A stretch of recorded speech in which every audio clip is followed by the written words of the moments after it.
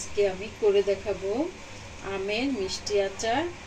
এখানে আমি আমটাকে হলুদ, লবণ, মরিচের গুঁড়ো দিয়ে একটু সরিষার তেল মাখিয়ে আমি রোদে দিতে পারিনি, রোদ ছিল না, তাই আমি ফ্যানের নিচে কিছুক্ষণ রেখে দিয়েছি।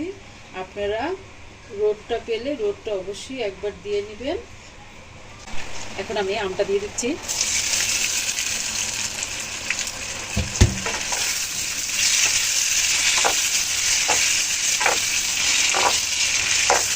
এখানে আমি সরিষা দিব না, সরিষা বাটা দিব না,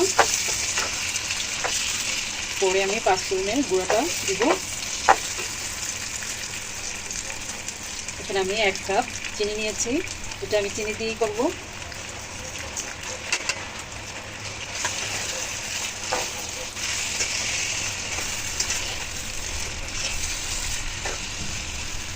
এখন আমি 1/2 কাপ সিরকা দিয়ে দিলাম সাদা।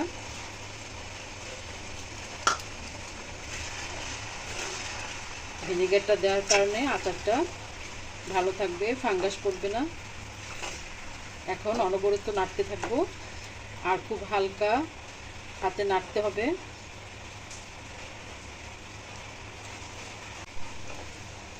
আমটা যেহেতু নরম আছে, চিনি থেকে অনেক পানি উঠেছে, তাই আর ঢেকে দিব না। এই পানির মধ্যেই আমটা সিদ্ধ হয়ে যাবে।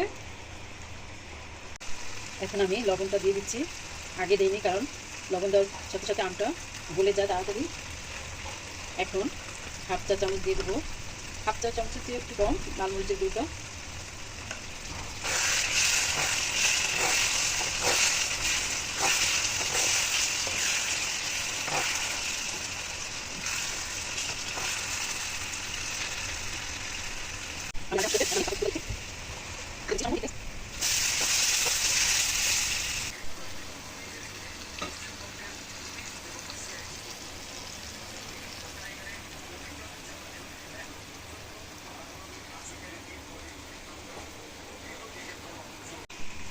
আমার আচারটা হয়ে গেছে, আমি চুলাটা অফ করে দিলাম। আমি একটু উঠিয়ে দেখাচ্ছি কেমন হয়েছে, দেখুন।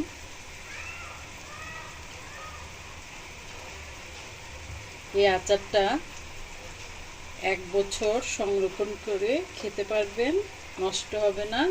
কাচের বয়মে রাখতে হবে। লাইক কমেন্ট করে জানাবেন অবশ্যই। আল্লাহ হাফেজ।